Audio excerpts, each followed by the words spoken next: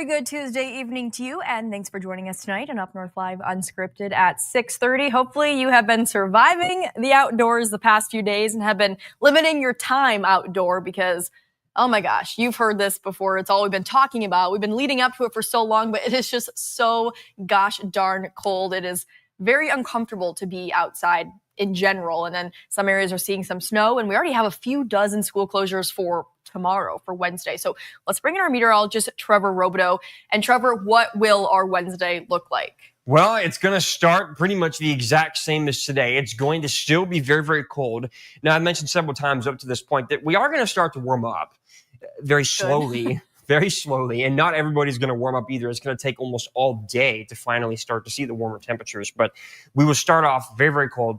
Some people, especially east of I-75, will stay cold all day long, and so another bitter, bitter cold day tomorrow. The whole goal is, well, if you don't have to go outside, then just don't. Right. Stay inside. Tomorrow, same deal. So a lot of kids obviously still don't have to go to school tomorrow. Yeah, we'll talk about that, and we do have some more lake effect snow building for those Lake Michigan shoreline communities. We're talking, believe it or not, down to Mason County and also parts of the eastern upper as well. We have some winter storm warnings to talk about in a few minutes. So I'll get to that when we come back.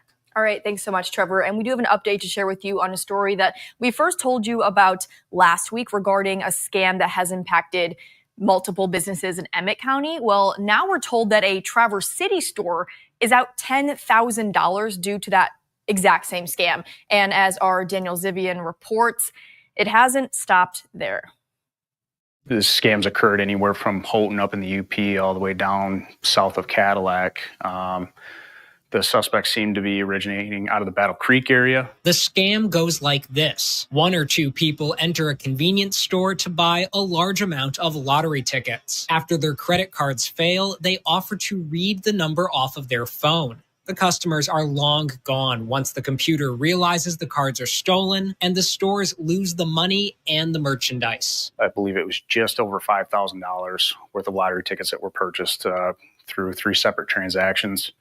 And again, they take these lottery tickets, they check them using the Michigan Lottery app, and then they turn around and cash them out within a short time frame before the Lottery Commission or the Lottery Bureau can do anything about it. Bowen says he's learned more after sharing his work with other agencies and state troopers. He says one state fraud investigator may compile the cases for the Attorney General's office. Just from talking to him, from his investigations and the names that I provided with my investigation, it sounds like this is more of a ring of people instead of just a couple, 2 or 3 individuals doing it. Anybody that's working at these gas stations or small shops in rural areas just need to be aware that if anybody is coming in and attempting to purchase thousands of dollars of lottery tickets, and in addition, couple that with having credit cards that are having issues or not working, be very aware that it's potentially a scam, and please call 911 immediately. In Petoskey, Daniel Zivian, UpNorthLive News. And Daniel is our guest again today on Unscripted. So, Danny, thanks so much for joining us once again. Good to see you again. Hi, Maya. Just when I think I'm out, you guys pull me right back in. We just can't get enough of our debriefs with the Daniel Zivian. So your story mentioned a lot of different information. You covered things pretty well, but I'm sure there are a few things that, as always, you just don't have time to put in your story that are probably important things that the public should know. Absolutely. First and foremost, he was talking about being aware of the scam as it happens. Some other things that Detective Bowen thinks people should be aware of, whether you're behind the counter working the register or if you're another customer sort of seeing the suspicious activity take place, try to make a mental note of who you're looking at, physical appearance, the clothing that they're wearing. Another good thing is to see if you can figure out what car they're driving. The license plate number can be a huge help for law enforcement as they investigate this, because again, they're investigating this in all these different locations and separately trying to establish whether or not this is all one cohesive group. It's very easy, again, as was discussed in the package, it's very easy to assume that this is all one connected group because it is the same scam and some of them are already known to be connected.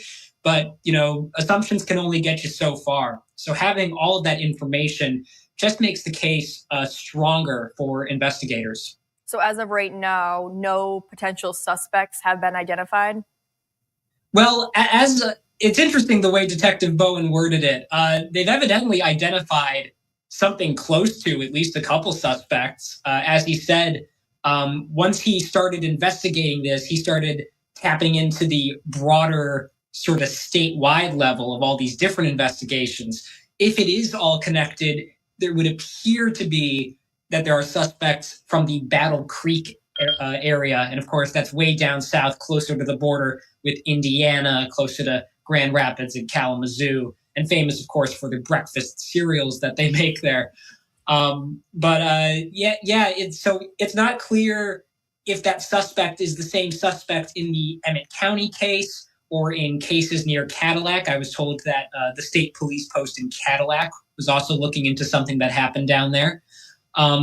That all really does remain to be seen. And of course, it remains to be seen if we would learn about the results of the investigation directly. Because as you said, there's a point person with the state police who's in the fraud investigator division who may compile all of these cases and submit it in one fell swoop to the state attorney general.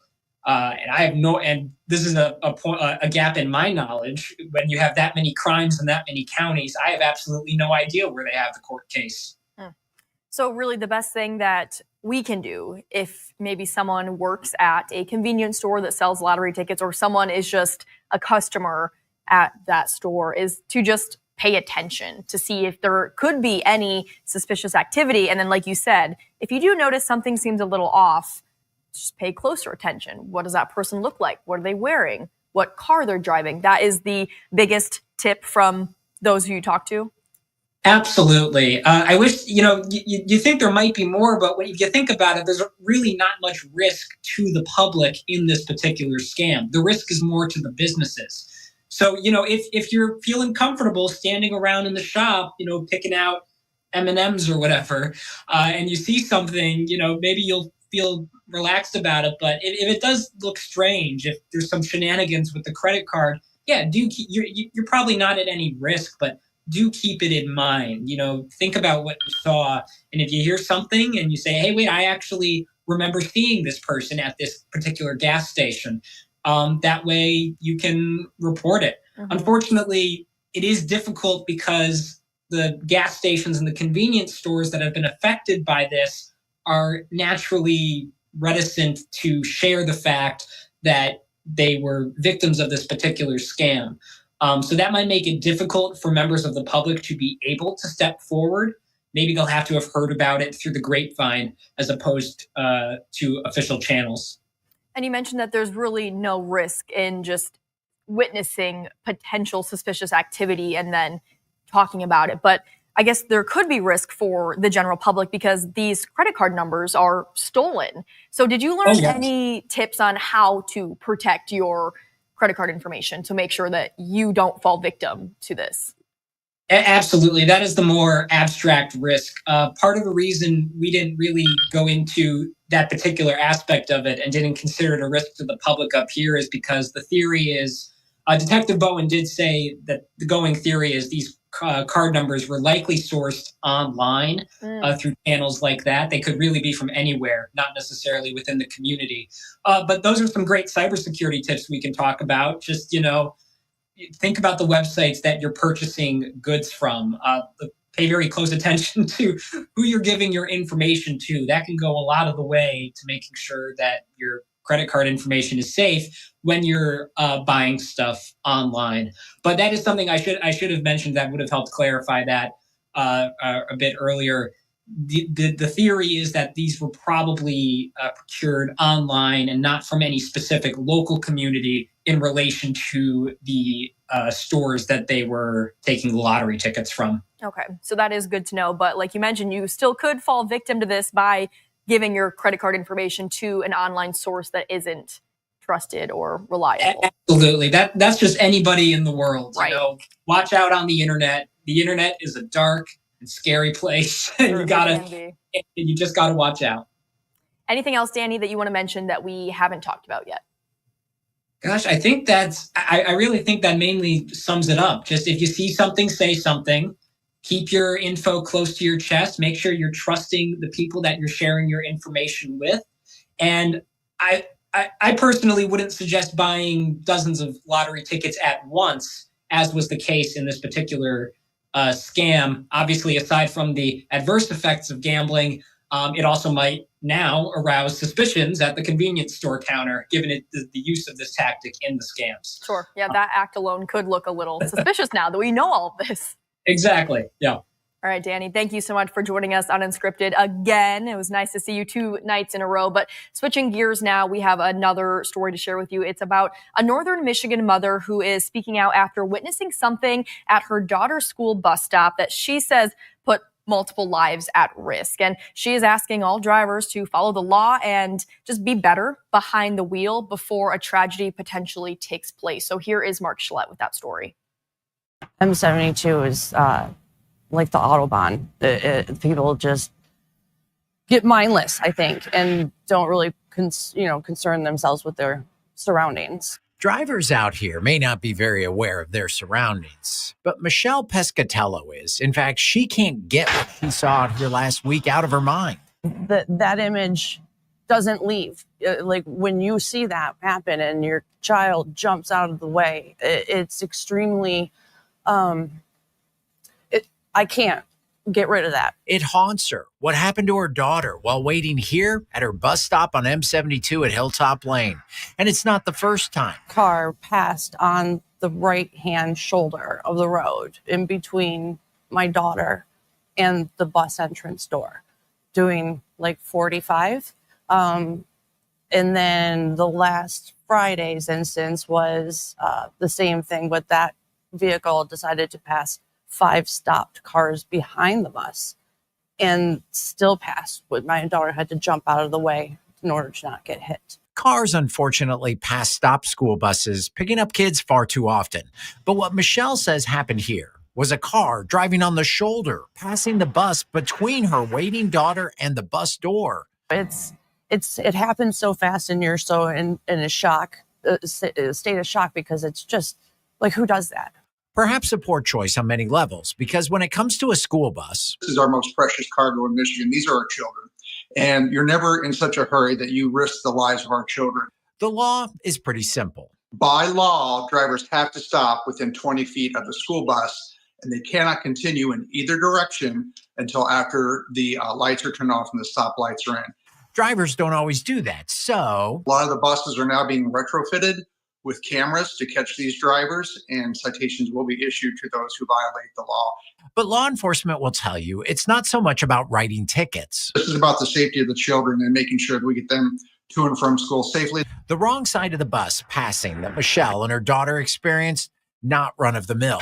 She says everything has been tried to make this situation safer. The bus driver is great, and the bus garage is great, and we've tried different stops. Now it's up to the drivers out there to step up and slow down. It saves, 30 seconds? It's not the end of the world. You will get there in hopefully one piece, and so should my child. And if you do have concerns about drivers in your child's bus stop area, you can always notify the bus driver, the school bus garage, and law enforcement. Those are always appropriate actions to take. Now, we've been talking all week about the cold temperatures, and it's been pretty brutal for some of us, but it's actually been very beneficial for folks at Chateau Chantal as they begin to harvest their ice wine grapes. So winery staff started this morning. They harvested about 1.5 tons of the frozen grapes. The process can only happen when temperatures are below 18 degrees for 24 to 48 hours. So the grapes actually freeze on the vine, and then they are put in the press while still frozen.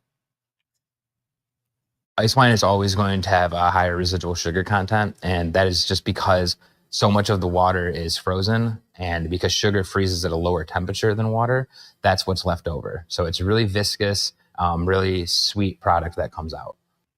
It is a very unique product, and we want to know if you have ever tried it. So our question of the day today is, have you ever tried ice wine? So we'll take a look at that right now, and you can pull out your phone right now, scan that QR code on your screen. That'll take you to our website where you can vote on our question of the day and also leave a comment. We will look at those comments and updated live results a little later on in the show, but we are going to take a quick commercial break right now. Trevor Robideau will have much more on the forecast for the rest of the week straight ahead. I'm Jada Johnson from Big Boys TV, and the Fish and Game Report is sponsored by Johnson's Propane.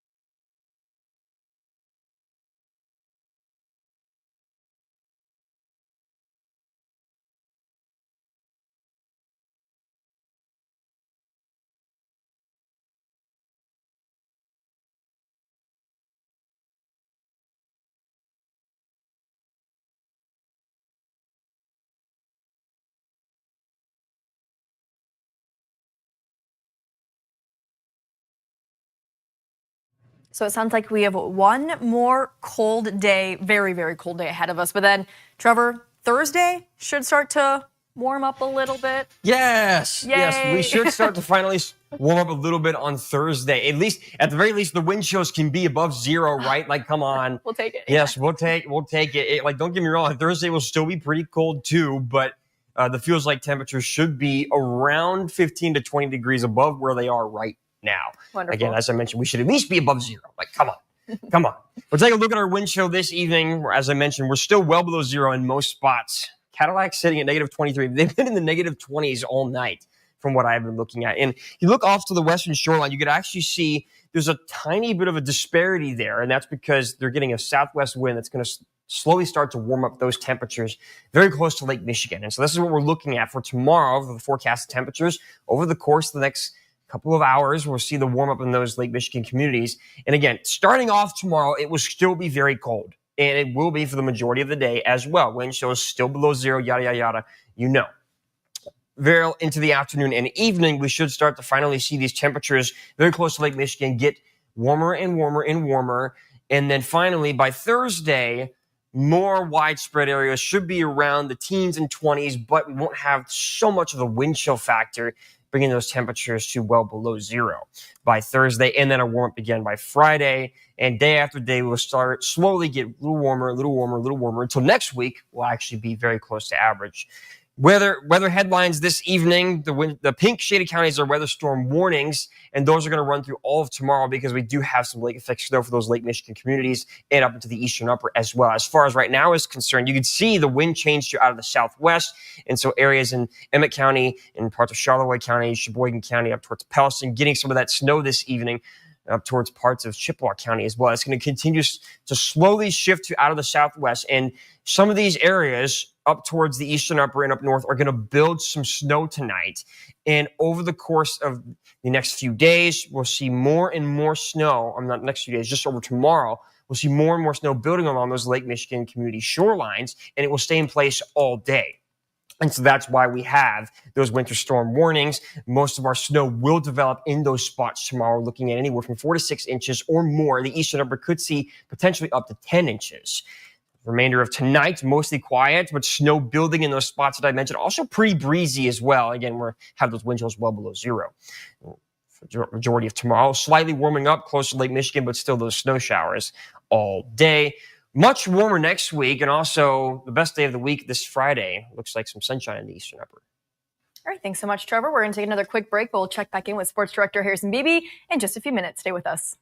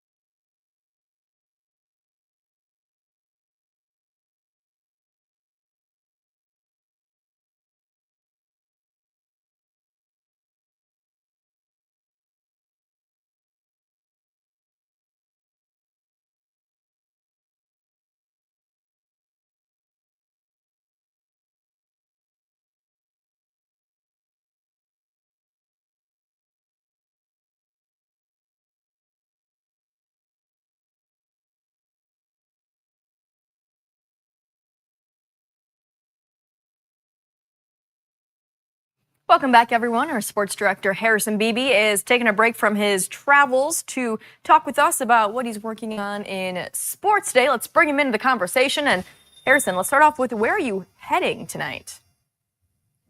It's a real weird feeling of deja vu. I think the last time I reported from this undisclosed location, I was on my way to Bel Air. Yeah. And that's where I'm going again tonight, to see Bel Air. play boys basketball, but they're one of the top-ranked teams in Division IV for boys basketball. A pretty good team. They're leading the Ski Valley, and they're playing another one of those teams that are right there in East Jordan. So I want to see how the Eagles are going to do on a Tuesday evening here. Some games were canceled due to the snow and the cold, but Ski Valley, if the Ski Valley ain't playing, then weather's really brutal. Yeah. So that's the conclusion we came to. So that's a game I'm covering tonight. And what else is happening in the sports world? I know there is a lot, but what do you want to talk about? It's a lot of negative. We touched on the Ben Johnson stuff yesterday. He made his first official visit with the team, with the organization today. I don't know if he's met with the entire team yet, but the Bears are probably all over the country right now in their off season. But it's settling in. That's the real world of things. Ohio State won another national championship in college football. First back-to-back Big Ten national champions in college football since 1942, which kind of blows my mind as a stat. Yeah, we're used to the SEC dominating college football, but for it to take that long, what is that? That's more than 80 years, almost 85 years between Big Ten repeat national champion. That could be the same school. That could be Ohio State winning twice or Michigan winning twice. That hasn't happened in forever. I believe it was Minnesota and then Ohio State won in 41 and 42. So it's been that long for the Big Ten to go back-to-back in college football. That's surprising to think it has been that long. Mm-hmm. All right, Harrison, 30 seconds. What else you want to mention before I let you go? 30 seconds. Oh, man. Well, it's obviously tough that the 2025 started off so well with the Lions, the Red Wings, and the Pistons not losing. And the Red Wings play tonight. They've lost 2 straight. The Lions are obviously done for the season. The Pistons bounced back with a win yesterday.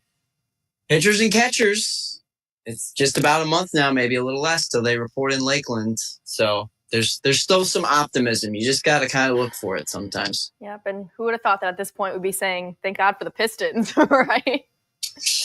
It seems to change every day with Detroit sports. It really does. All right, Harrison, get to your destination safely. We'll see you back here at Sports at 11, but we will see you folks right after this quick commercial break. Salon services are furnished by Epiphany Advanced Academy in East Acme.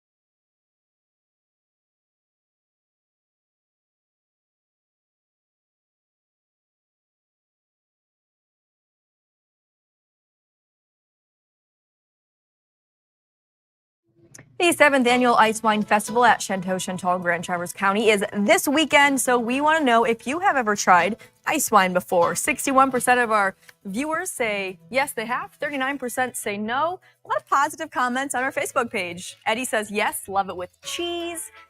Jennifer says expensive. Amy says it's the best. And Jeff says It is potent. So if you haven't tried it, maybe this Saturday is your chance to try it. But thanks so much for joining us on Unscripted. We hope to see you back here at 11 o'clock. Take care, everyone.